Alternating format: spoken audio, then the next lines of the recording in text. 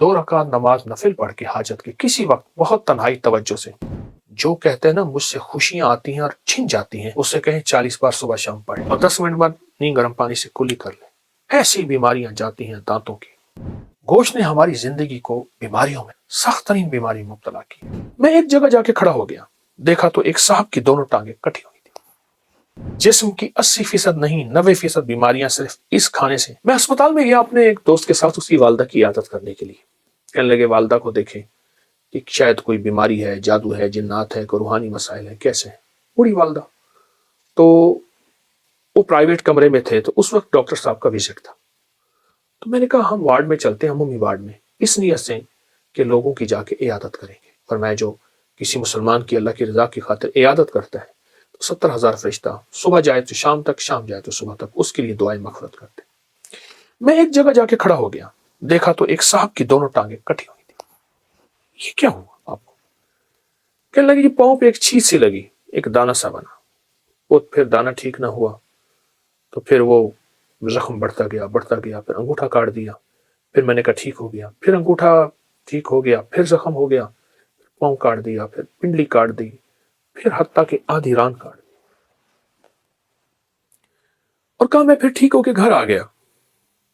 مرحلہ وار ہسپتال جاتا رہا۔ کچھ عرصے کے بعد دوسرے پاؤں پہ یہ کچھ ہو گیا، اور اب عالم یہ ہے کہ وہ بھی مرحلہ وار جسم کا حصہ ٹانگ کٹتے اب یہاں تک کاٹا، اور کہتے اس کی آنکھوں سے آنسو تھے۔ کہا کہ مجھے وہ لمحے یاد ہیں جب میں کھڑے ہو کے نماز پڑھتا تھا، مجھے وہ لمحے یاد ہیں میں کھڑے ہو کے تسبیح پڑھتا تھا، میں طواف کرتا تھا، میں مسجد کی طرف قدم اٹھاتا تھا، میں خیر کی طرف قدم اٹھاتا تھا، کسی مسلمان کی مدد کی طرف چلتا تھا، دوڑتا تھا، بھاگتا تھا، اور اس کے آنسو تھے۔ کہا کہ اب کہاں سے یہ لمحہ ملے گا، اب کہاں سے یہ وقت ملے گا، اب کہاں سے یہ گھڑیاں ملے گی۔ قرآن حدیث میں آتا ہے، آقا کا فرمان ہے سرور کونین صلی اللہ تعالی علیہ وسلم کا، آسمان سے ایک آواز دینے والا آواز دیتا ہے رات کی تنہائیوں میں، اے خیر کی طرف چلنے والے آگے بڑھ، اے شر کی طرف چلنے والے اب رک جا۔